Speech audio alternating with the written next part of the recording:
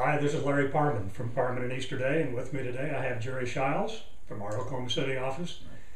Carmen and Easterday is an estate planning firm. We have offices in Oklahoma City and Kansas City, and we've decided in recording these 2 to 3 minute videos to start sharing a number of different topics with you that we often cover in our estate planning seminars, but we thought we'd break them down into bite-sized pieces so that people could think about them and consider them as they watch them from week to week and month to month. So today we're just going to start with some very basics, and I think we're going to lead off with talking about what an estate is and why, what people need to be thinking about when they start trying to figure out what kind of an estate they have and what should be included in that estate. So Jerry, why don't you lead us off and give us a few thoughts on that? Well, one of the things that I see many times, a client will come into the office and we'll say, what's your estate worth? And we'll get a number. It's normally low, but as we dig into it, for example, I had a woman come in and she said, well, I think I'm worth about $300,000. What she was talking about was investments.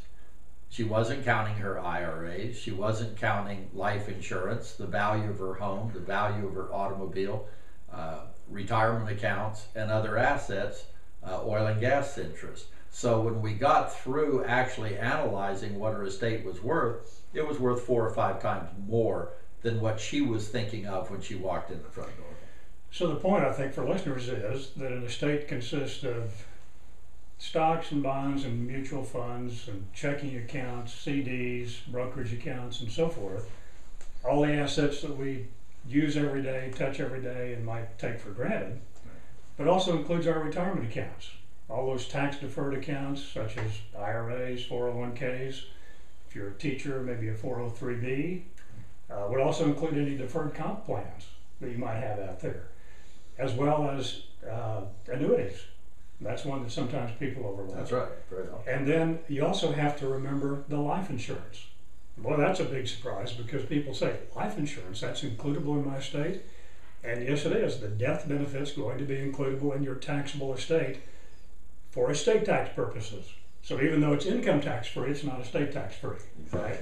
And then finally we have all the stuff. Which is where all the problems arise. Which is many times where all the problems arise, and that's a challenge for us sometimes. So when you think about what your estate is, just remember to include everything and to include it at fair market value. That's not what you bought it for. That's right. That's not what you might take for it. It's what a willing buyer and seller would pay for it in an open market. So sometimes the IRS looks at fair market value a little different than we might view it on our financial statement. So, absolutely.